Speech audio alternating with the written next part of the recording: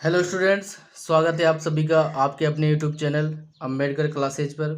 तो स्टूडेंट, आज मैं आपको जो राजस्थान बोर्ड की जो कक्षा 10वीं की जो गणित का जो पेपर है उसमें किताब में जो इसकी किताब है उसमें से कौन कौन से क्वेश्चन आपके आ सकते हैं जिनकी पूरी पूरी संभावनाएं आने की, मतलब जो मोस्ट इम्पोर्टेंट क्वेश्चन है जिन्हें पढ़कर आप 100 में से 100 नंबर ला सकते हो, वो आज मैं इस किताब में आपको, ये जो किताब है आपकी 10वीं की गणित की, इसमें मैं आपको टिक कर देता हूँ कि आपको ये क्वेश्चन करने हैं अगर आपको 100 में से 100 मार्क लाने हैं तो देखो यहाँ पर मैं केवल जो पार्ट आपके सिलेबस में है इस साल जो 70% सिलेबस है आपका, केवल उन्हीं को इम्पोर्टेंट क्वेश्चन बताऊँगा।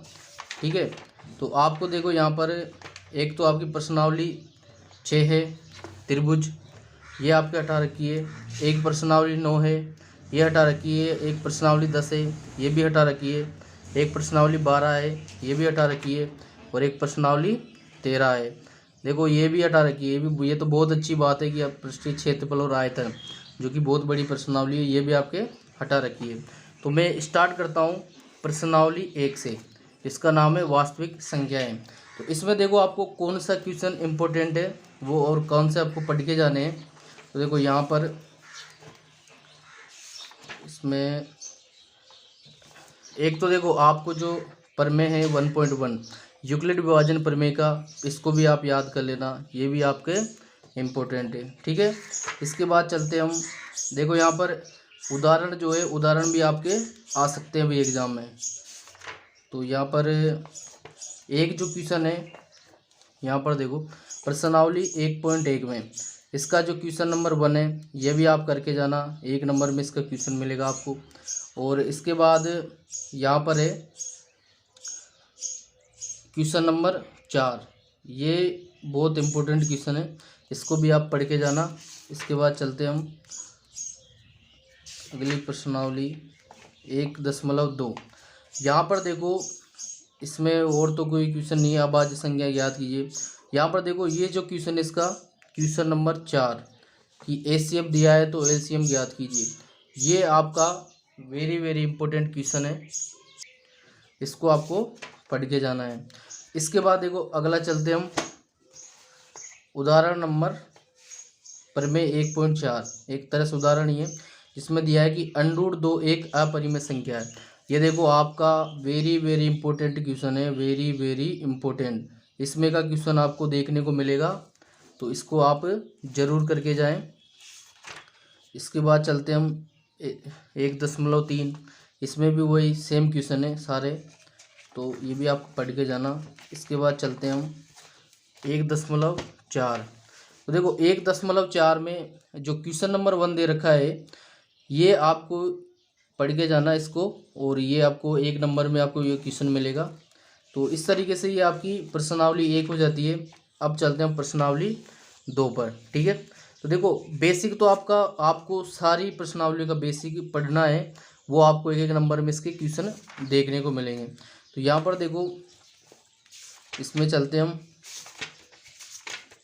प्रश्नावली 2.1।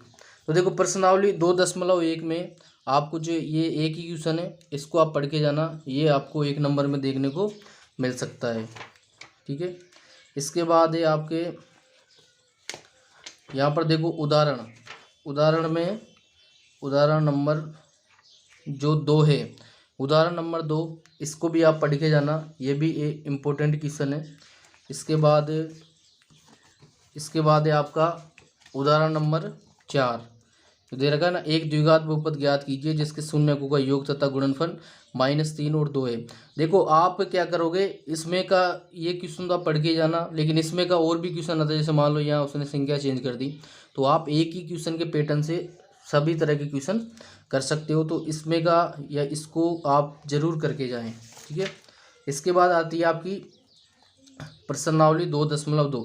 इसमें देखो आपको क्वेश्चन नंबर 1 और 2 यहाँ पर दोनों ही आपको पढ़ने हैं, लेकिन इसमें देखो क्वेश्चन नंबर 1 में जो क्वेश्चन नंबर 6 है 3x² - x - 4, ये आपको जरूर पढ़ के जाना है। और इसमें क्वेश्चन नंबर 2 में जो आपका क्वेश्चन नंबर 5 और क्वेश्चन नंबर 6, ये आपको अच्छे से पढ़ के जाने हैं, ठीक है। इसके बाद आता है आपका प्रश्नावली 2.3। यहाँ पर देखो, इसमें ये भागफल वाला तो कोई इम्पोर्टेंट नहीं है इतना। इसमें देखो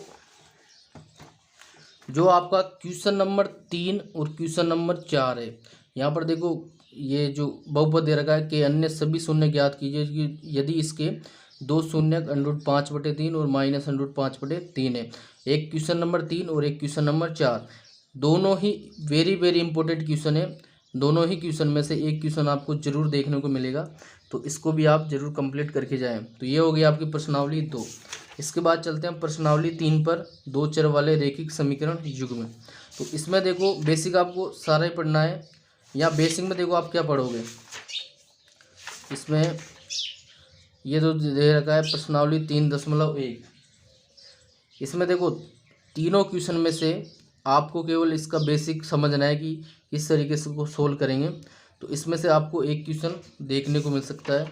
इसके बाद देखो यहाँ पर ये जो आपकी टेबल है सारणी 3.4, ये भी आपको अच्छे से समझ के जानी है, क्योंकि वहाँ पर आपको एक एक नंबर में ये क्वेश्चन देखने को मिलेंगे कि देखो अनुपातों की तुलना करेंगे, कि कब प्रतिच्छेद करेंगी रेखाएं, कब समपाती होंगी, कब समांतर होंगी, कब एक हल होगा, कब बहुत सारे हल होंगे और कब कोई हल नहीं होगा। तो इसको भी आपको बेसिक में पढ़ के जाना है। इसके बाद चलते हम प्रश्नावली 3.2। देखो प्रश्नावली 3.2 में जो क्वेश्चन नंबर 1 का क्वेश्चन नंबर जो सेकंड है, 5 पेंसिल तथा 7 कलमों का मूल्य 50 रुपये, जबकि 7 पेंसिल और 5 कलमों का मूल्य 46 है, तो एक पेंसिल का मूल्य तथा एक कलम ज्ञात कीजिए। ये आपको ग्राफीय विधि में देखने को मिलेगा, ये आपको 4 नंबर का देखने को मिलेगा भाई। तो इसको भी आप जरूर पढ़ के जाएं। और इसके बाद ये जो क्वेश्चन है दूसरा तीसरा, ये आपको बेसिक में एक नंबर में देखने को मिलेंगे। इसके बाद चलते हम 3.2 में ही जो क्वेश्चन नंबर 7 है, क्वेश्चन नंबर 7, समीकरणों का ग्राफ खींचिए और एक शख्स और इन रेखाओं से बने त्रिभुज के शीर्षों के निर्देशांक ज्ञात कीजिए और त्रिभुजाकार पटल को छायांकित कीजिए। ये भी आपका वेरी वेरी इंपॉर्टेंट क्वेश्चन है और 4 नंबर में आपको ये देखने को मिलेगा, ठीक है। इसके बाद आगे चलते हैं, ये प्रश्नावली थोड़ी बड़ी है। तो यहाँ पर देखो 3.3 में ये दे रखा है प्रतिस्थापन विधि से हल कीजिए। तो इसमें आप क्या करोगे, कोई सा भी एक क्वेश्चन कर लेना, मतलब बेसिक आपका क्लियर होना चाहिए, ठीक है। इसके बाद इसमें 3.3 में जो क्वेश्चन नंबर 3 है, उसका क्वेश्चन नंबर आप एक, तो उसका क्वेश्चन नंबर 3 जो दे रखा है ना, एक क्रिकेट टीम के कोच ने 7 बल्ले, ये वाला, और एक है आपका क्वेश्चन नंबर 5 और क्वेश्चन नंबर 6। ये तीनों क्वेश्चन आपको अच्छे से पढ़ के जाने हैं, ये इम्पोर्टेंट क्वेश्चन है। इसके बाद देखो आता है 3.4। 3.4 में आपको यहाँ पर जो दूसरा क्वेश्चन है उसमें आपको क्वेश्चन नंबर 1, क्वेश्चन नंबर 2, ये दोनों आपको अच्छे से पढ़ के जाने हैं, ठीक है। इसके बाद आ जाती है हमारी प्रश्नावली 3.5। तो 3.5 में आपको इसमें ऐसा कोई इम्पोर्टेंट क्वेश्चन है नहीं, लेकिन इसका जो क्वेश्चन नंबर 4 है, ठीक है, इसका जो क्वेश्चन नंबर 4 है, इसमें आपको जो क्वेश्चन नंबर 2 दे रखा है, 1/1/3 हो जाती है जब उसके अंश से 1 घटाया जाए, ये क्वेश्चन आप जरूर पढ़ के जाएं। तो इस तरीके से आपकी ये प्रश्नावली, इसमें एक और है 3.6। तो इसमें आप देखो, इसमें क्वेश्चन आपको अथवा में मिलेंगे, लेकिन इसमें भी आप क्वेश्चन नंबर जो इसका 1 दे रखा है, ये आप जरूर पढ़ के जाएं, ठीक है। इस तरीके से आपकी ये प्रश्नावली 3 भी ख़त्म होती है। अगली आती है हमारी प्रश्नावली 4, जिसका नाम है द्विघात समीकरण। तो प्रश्नावली 4 में आपको बेसिक आपको पढ़ना है कि द्विघात समीकरण क्या होंगी, कैसे हम चेक करेंगे। तो देखो ये जो आपका क्वेश्चन आपकी प्रश्नावली 4.1 है, इसका जो क्वेश्चन नंबर 1 है, ये आप पढ़ के जाएँ, आपको 1 नंबर में इसके क्वेश्चन देखने को मिलेंगे। इसके बाद आ जाती है हमारी प्रश्नावली 4.2। जो दे रखा है गुणनखंड विधि से निम्न द्विघात समीकरणों के मूल ज्ञात कीजिए। इसमें देखो जो आपका क्वेश्चन नंबर 2 है, 2x² + x - 6, इसको आप जरूर पढ़ के जाएं। इसके बाद देखो जो क्वेश्चन नंबर 3 है, ऐसी दो संख्याएं ज्ञात कीजिए जिनका योग 27 है और गुणनफल 182 है। इसको भी आप जरूर पढ़ के जाएं। और एक इसका क्वेश्चन नंबर 4, दो क्रमांक धनात्मक पूर्णांक ज्ञात कीजिए जिनके वर्गों का योग 365 है। ये दोनों ही क्वेश्चन बहुत इंपॉर्टेंट है, इसको भी आप पढ़ के जाएं। इसके बाद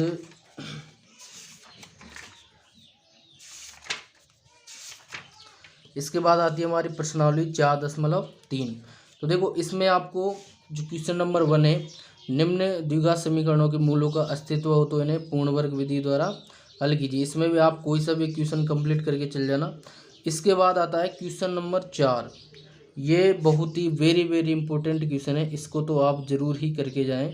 ठीक है, 3 वर्ष पूर्व रहमान की आयु वाला ये क्वेश्चन है, इंपॉर्टेंट क्वेश्चन है भाई, वेरी वेरी इंपॉर्टेंट क्वेश्चन है, इसको आप जरूर करके जाएं। इसके बाद इसमें बस ये क्वेश्चन कर लेना आप, बाकी तो ऐसे ही है, उसको जरूर करना। इसके बाद देखो 4.4, इसमें आप क्वेश्चन नंबर 1 और क्वेश्चन नंबर 2 दोनों को आप कंप्लीट करके जाना। तो इस तरीके से आपकी प्रश्नावली 4 हो जाएगी। अगली आती है हमारी समांतर श्रेणी एक्सरसाइज 5। इसमें आपको बेसिक पढ़ना है कि कैसे हम प्रथम पद निकालेंगे, कैसे इसका जो सार्वंतर है वो हम निकालेंगे। तो ये एक एक नंबर में देखने को मिलेंगे आपको क्वेश्चन। इसमें आ जाते हैं हम प्रश्नावली 5.1।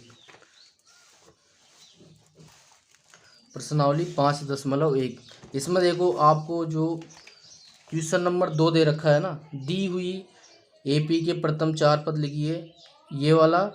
और क्वेश्चन नंबर 3, एपी के प्रथम पद और सार्वंतर ज्ञात कीजिए। तो इसमें देखो आपको एक एक नंबर का क्वेश्चन 101% आपको मिलेगा, तो इन दोनों को भी आप कंप्लीट करके जाएं। इसके बाद आ जाते हैं हमारा प्रश्नावली 5.2। तो प्रश्नावली 5.2 में जो आपका क्वेश्चन नंबर 2 है, इसको आप अच्छे से पढ़ के जाएं। इसमें भी 1 नंबर का आपका क्वेश्चन बनेगा। इसके बाद देखो जो आपका क्वेश्चन नंबर इसमें 7वां क्वेश्चन है, उस एपी का 31वां पद ज्ञात कीजिए जिसका 11वां पद 38 है और 16वां पद 73 है। इसको भी आप जरूर पढ़ के जाएं। इसके बाद आ जाता है आपका क्वेश्चन नंबर 13 और क्वेश्चन नंबर 14।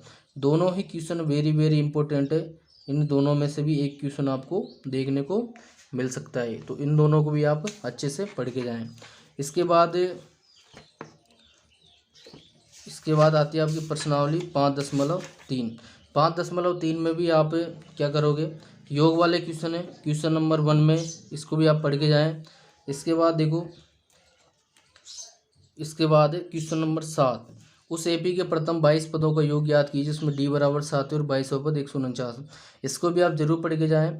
और क्वेश्चन नंबर 12 और क्वेश्चन नंबर 13 और क्वेश्चन नंबर 14, ये तीनों ही क्वेश्चन इंपॉर्टेंट है, इनको भी आप अच्छे से पढ़ के जाएं। इसके बाद ये आपकी प्रश्नावली 5 खत्म हो जाती है। इसके बाद आती है प्रश्नावली 6, आपके हटा रखी है। इसके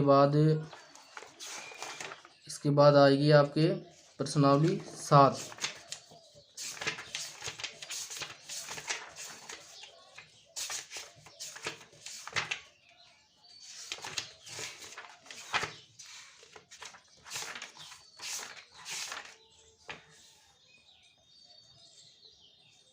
देखो प्रश्नावली 7 है आपकी निर्देशांक ज्यामिति। तो इसमें आपको बेसिक आपको पढ़ना ही है। इसके बाद क्वेश्चन बता देता हूँ मैं आपको कौन कौन से क्वेश्चन इसके करने हैं।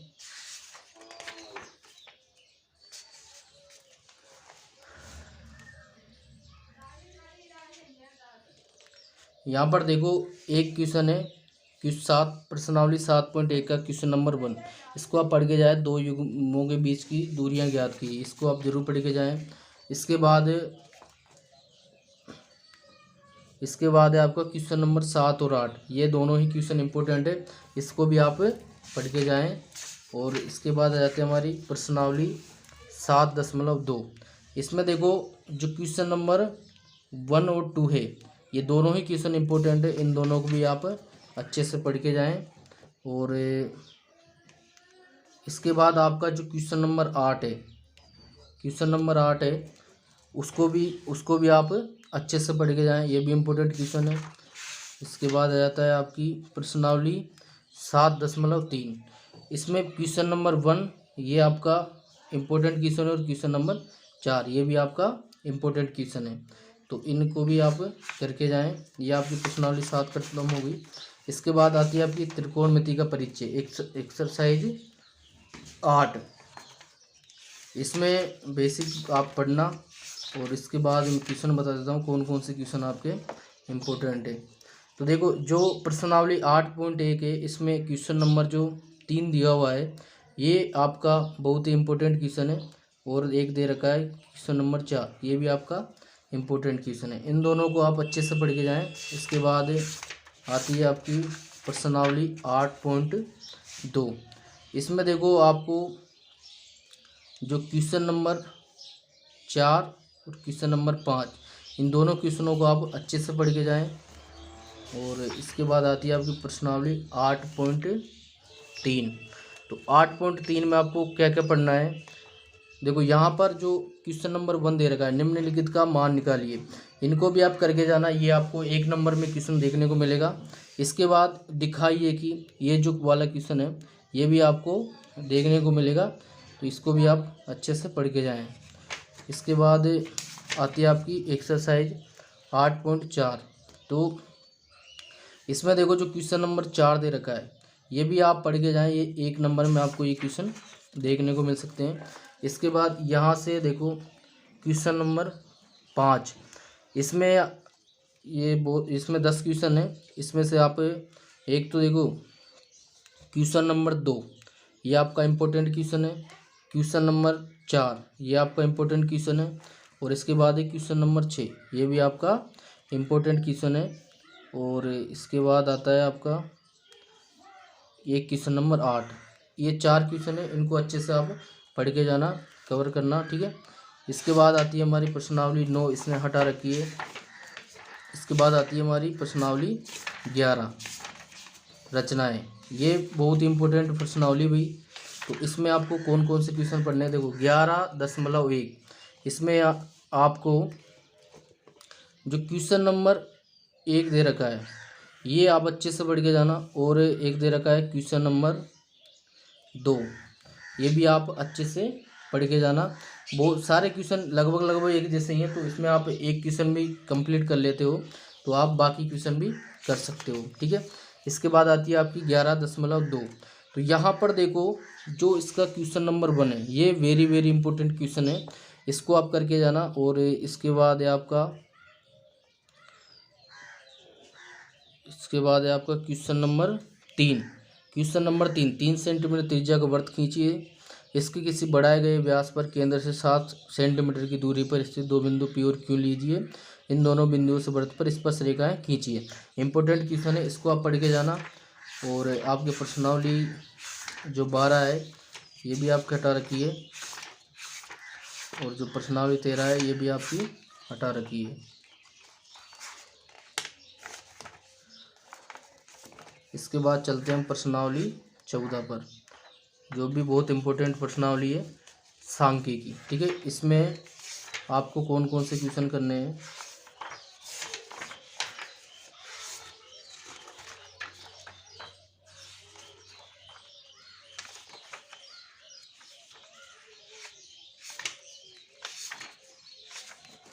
प्रश्नावली 14.1। तो इसमें देखो, आपको एक इसका है question number 2। Question number 2 important question है। किसी फैक्ट्री के 50 श्रमिकों की दैनिक मजदूरी के निम्नलिखित बंटन पर विचार कीजिए और उपयुक्त रीति का उपयोग करते हुए माध्य दैनिक मजदूरी ज्ञात कीजिए। ये आपको इम्पोर्टेंट क्वेश्चन है। और इसके बाद है क्वेश्चन नंबर 6। जो क्वेश्चन नंबर 6 है, ये भी आपका इम्पोर्टेंट क्वेश्चन है, ठीक है।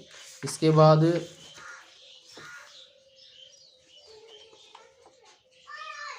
है आपका क्वेश्चन नंबर 9।